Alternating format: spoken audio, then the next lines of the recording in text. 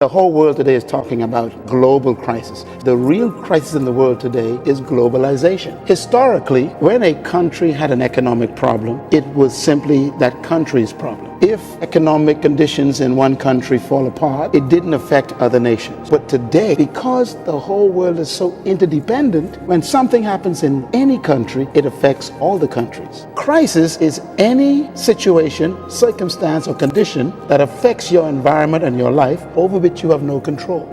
For example, watching this program, they're losing their jobs, losing their houses, losing their savings, having to abandon their businesses, and they have no control over it. And so they feel like the whole world is imploding on them. And I wanted to show that a crisis is not as negative as you think it is. Whenever God wanted to do something powerful or great, He didn't only look for crises, He created them. God created crisis. Yes. Matter of fact, the word crisis is a word that we created. We use it to describe things we cannot understand or cannot control. We invented the word crisis. God never calls anything a crisis. Do you ever wonder why the Chinese and the Japanese always emerge out of crisis victoriously? Second World War, dropping of the bomb on Hiroshima. The Japanese came back. They came out of ashes and became the most powerful exporters of technology and cars to America. Why? Every city you go into, you'll find that the Chinese always end up owning a business. Why? Because in the Japanese language and the Chinese language, there's no word for crisis. Really? As a matter of fact, the word for crisis in the Japanese language is the word opportunity. Wow. The Chinese are traveling all over the world right now, and they are investing in all the countries, while all the countries are saying crisis, crisis. They're saying opportunity, opportunity.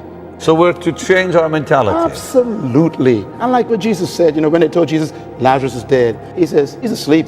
Whatever you call a thing, that's what it is to you. They say, he's dead. Christ says, he's asleep. What's the difference? If I say a person is dead, that means I cannot awake them. But if I say they are asleep, I can awake them. This crisis you're going through right now is simply asleep.